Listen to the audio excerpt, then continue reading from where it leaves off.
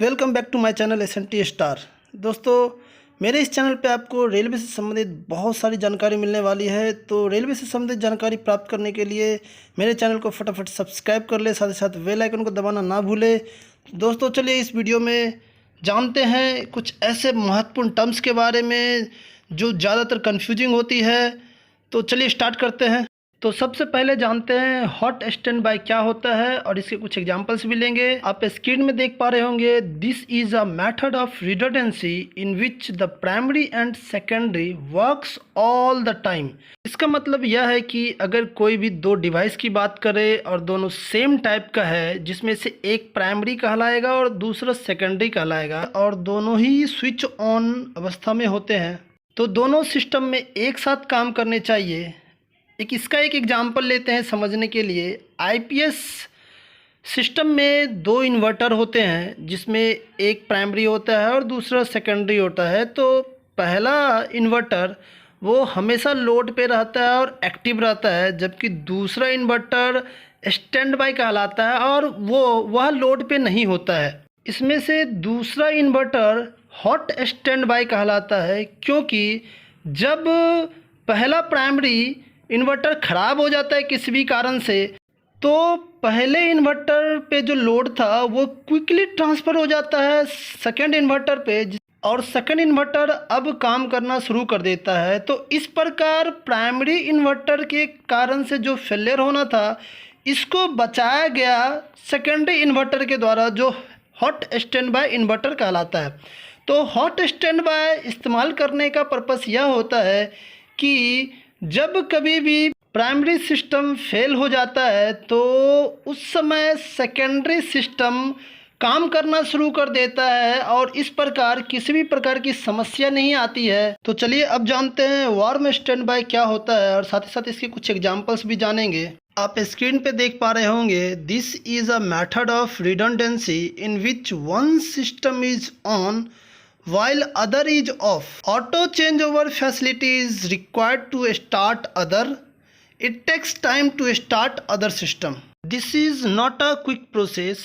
तो दोस्तों, warm stand by एक ऐसा मेथड है जिसमें एक सिस्टम ऑन रहता है जो हमेशा कार्यरत रहता है, जबकि दूसरा सिस्टम बंद अवस्था में होता है, स्विच ऑफ होता है। और दूसरे सिस्टम को चालू करने के लिए auto change over facility require होती है, जिसके हेल्प से बंद सिस्टम को चालू किया जाता है।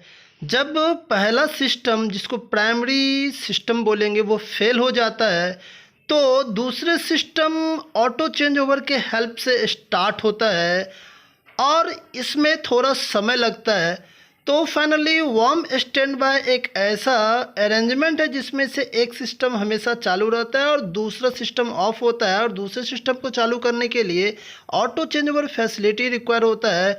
और पहला सिस्टम जब फेल होता है तो ऑटो चेंज ओवर के हेल्प से दूसरे सिस्टम स्टार्ट हो जाते हैं। इस दौरान कुछ समय लगता है, लेकिन जो फेलियर होना होता है वो फेलियर हो जाता है, उसको बचाया नहीं जा सकता है।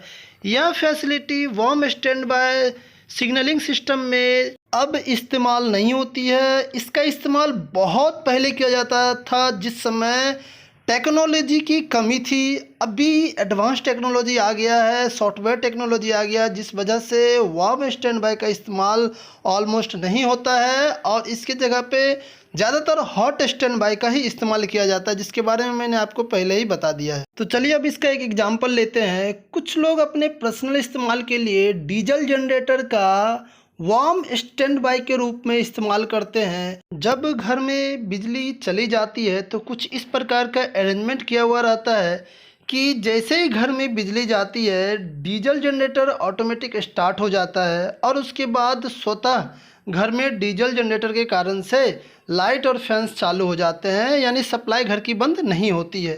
तो जब बिजली जाती है और दौरान डीजल जनरेटर स्वतः स्टार्ट होने लगता है, तो इसमें कुछ सेकंड का समय लग जाता है और उसके बाद घर में पुनः बिजली आ जाती है डीजल जनरेटर के कारण से। बट यह कुछ सेकंड बहुत ही इम्पोर्टेंट होता है रेलवे सिग्नलिंग में। 1 सेकेंड पावर सप्लाई में लेट होने की वजह से रेलवे सिग्नलिंग के कई सारे फेलियर हो सकते हैं, जिसकी वजह से ये रेलवे सिग्नलिंग में इस्तेमाल नहीं किए जाते हैं। तो अब जानते हैं नेक्स्ट कोल्ड स्टैंड बाय के बारे में। यह क्या होता है और इसके एग्जांपल्स भी जानेंगे। आप स्क्रीन पे देख पा रहे होंगे, this is a method of redundancy in which one system is on and other is of, not having auto changeover facility, manual switch on is required for other। तो यहाँ पे कोल्ड स्टैंड बाय क्या होता है, इसको कुछ इस प्रकार समझते हैं कि दो सिस्टम में से एक सिस्टम हमेशा ऑन रहेगा जबकि दूसरा सिस्टम ऑफ रहेगा, और दूसरे सिस्टम को चालू करने के लिए किसी भी प्रकार की ऑटो चेंज ओवर फैसिलिटी भी नहीं होती है। तो यह टोटली मैनुअल ऑपरेशन के द्वारा होता है। इसमें जब प्राइमरी सिस्टम फेल हो जाता है तो सेकेंडरी सिस्टम अर्थात कोल्ड स्टैंड बाय सिस्टम को चालू करने के लिए किसी व्यक्ति के द्वारा इसके पास पहुंच करके स्विच ऑन करना पड़ता है। इसको कुछ इस प्रकार एग्जाम्पल के द्वारा समझते हैं। रेलवे सिग्नलिंग डिपार्टमेंट में जहां पे एटी सप्लाई नहीं होती है अवेलेबल जिस स्टेशन पे, वह एरिया नॉन आरई एरिया कहलाता है। तो नॉन आरई एरिया में जहाँ पे लोकल सप्लाई भी बहुत रेयर केस में पहुँचती है, वहाँ पे 2 डीजी उपलब्ध होते हैं हमेशा। एक डीजी प्राइमरी और दूसरे डीजी को आप सेकेंडरी डीजी समझ सकते हैं। और यहाँ पे दूसरे डीजी को कोल्ड स्टैंड बाय डीजी भी बोलेंगे हम लोग। उसको कैसे बोलेंगे इस चीज़ को समझते हैं कि जब हमारा अगर लोकल सप्लाई भी वहाँ पे अवेलेबल नहीं है और ज़्यादातर डीजी पे डिपेंडेंसी रहती है, तो पहले डीजी अगर हमारी चल रही है वहाँ पे और चलते चलते वह अगर किसी प्रकार से ख़राब हो जाए तो हमें दूसरी डीजी स्टार्ट करने के लिए किसी एक व्यक्ति के द्वारा दूसरे डीजी के पास वो जाता है और उसे मैनुअली स्टार्ट करता है, और स्टार्ट करने के बाद फिर इसका इस्तेमाल किया जाता है। कोल्ड स्टैंड बाय को आईपीएस सिस्टम के अकॉर्डिंगली भी समझ लेते हैं। आईपीएस सिस्टम में 2 इन्वर्टर इस्तेमाल होते हैं, जिसके बारे में मैंने इस वीडियो में पहले भी बता रखा है। तो 2 इन्वर्टर में से पहला इन्वर्टर प्राइमरी इन्वर्टर होता है और दूसरा हॉट स्टैंड बाय इन्वर्टर कहलाता है, जबकि एक तीसरा इन्वर्टर भी आईपीएस सिस्टम के साथ बंद अवस्था में कनेक्टेड होता है, जिसका इस्तेमाल किसी फेलियर के दौरान किया जा सकता है। सपोज पहला इन्वर्टर और दूसरा इन्वर्टर दोनों ही किसी भी वजह से ख़राब हो गया हो, तो तीसरे इन्वर्टर जो स्विच ऑफ अवस्था में होते हैं उसका इस्तेमाल किया जाता है, और यह तीसरा इन्वर्टर कोल्ड स्टैंड बाय कहलाता है, क्योंकि यह बंद अवस्था में होता है और इसको मैनुअली स्विच ऑन करना पड़ता है और सर्किट से कनेक्ट करना पड़ता है।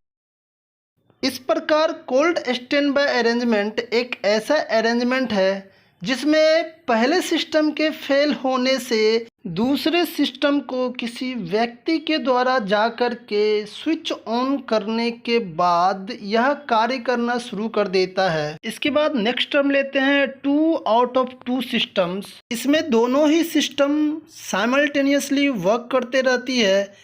अगर कोई एक सिस्टम फेल हो जाती है तो कंप्लीट सिस्टम फेल हो जाती है। इसका सबसे अच्छा एग्जांपल बीपीएससी सिस्टम होता है। बीपीएससी के एक डैक में एक सिस्टम में 2 सीपीयू होते हैं, जिसे 2 आउट ऑफ 2 सिस्टम के नाम से जाना जाता है, क्योंकि इसमें दोनों सीपीयू साइमल्टेनियसली काम करते हैं और किसी एक के फेल होने से बीपीएससी सिस्टम फेल हो जाता है। 2 आउट ऑफ 2 में दोनों का ही काम करना जरूरी होता है, तभी सिस्टम को सही माना जाता है। अब बात करते हैं 2 आउट ऑफ 3 सिस्टम की। इसमें से 3 सिस्टम में से 2 सिस्टम हमेशा काम करते रहना चाहिए। इस 3 सिस्टम में से अगर कोई एक सिस्टम फेल हो जाता है तो कंप्लीट सिस्टम फेल नहीं माना जाता है। इसका सबसे अच्छा एग्जाम्पल यूएफएसबीआई इंटरफेस है, जिसमें 3 सीपीयू होते हैं और 3 सीपीयू में से अगर एक सीपीयू फेल हो जाता है तो सिस्टम फेल नहीं होता है, क्योंकि 2 सीपीयू काम करते रहता है। तो दोस्तों, आपको इस वीडियो में दिया गया इन्फॉर्मेशन कैसा लगा कमेंट करके ज़रूर बताएं। साथ ही साथ इस वीडियो को लाइक कर दें, चैनल को सब्सक्राइब कर ले और ज़्यादा से ज़्यादा इस वीडियो को शेयर करें।